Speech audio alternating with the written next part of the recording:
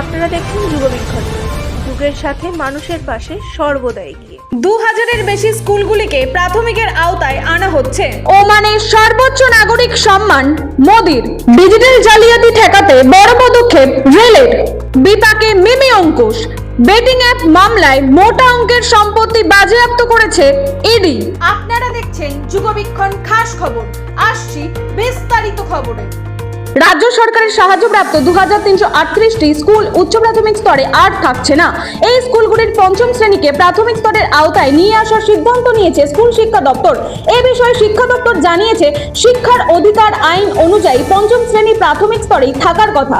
যদিও রাজ্যের পূর্বতন শিক্ষানীতি অনুযায়ী পঞ্চম শ্রেণী ছিল মাধ্যমিক স্তরে, এরপর উচ্চ প্রাথমিক আলাদা করা হলে পঞ্চম শ্রেণী চলে আসে তার অধীনে। 2019 সাল থেকে ধাপে ধাপে পঞ্চম শ্রেণীকে প্রাথমিকের আওতায় আনার প্রক্রিয়া শুরু করেছে শিক্ষা দপ্তরের তরফে। 2025 সালে 2335টি প্রাথমিক স্কুল পঞ্চম শ্রেণী অন্তর্ভুক্ত করা হয়েছে। আবার অনুমোদনের জন্য 2338টি স্কুলে প্রস্তাব পাঠানো হয়েছে। এবার বৃহস্পতিবার এই প্রস্তাবে সিলমোহর দিল শিক্ষা দপ্তর।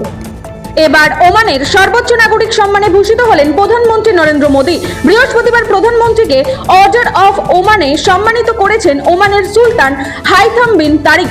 এই বিশেষ সম্মানে সম্মানিত হওয়ার পর নরেন্দ্র মোদী জানিয়েছেন, এটি দুটি দেশের মধ্যে ভালোবাসা ও বিশ্বাসের প্রতীক। যুগবীক্ষণ বিনোদনে বাংলা, সবাই দেখুন, আমরা দেখছি, আপনারাও দেখুন।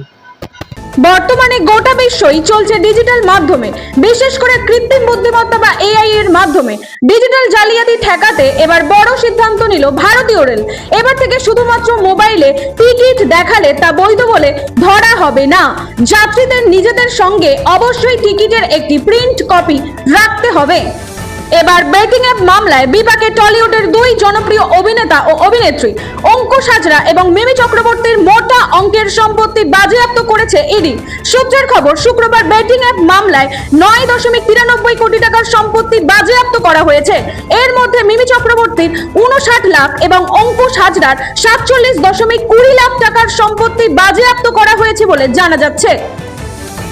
রাজনীতি থেকে ক্রীড়াঙ্গন, শিক্ষা সংস্কৃতি থেকে বিনোদন, সব খবরে প্রথমে যুগবীক্ষণ। দেখুন, পড়ুন এবং এগিয়ে চলুন যুগের সাথে।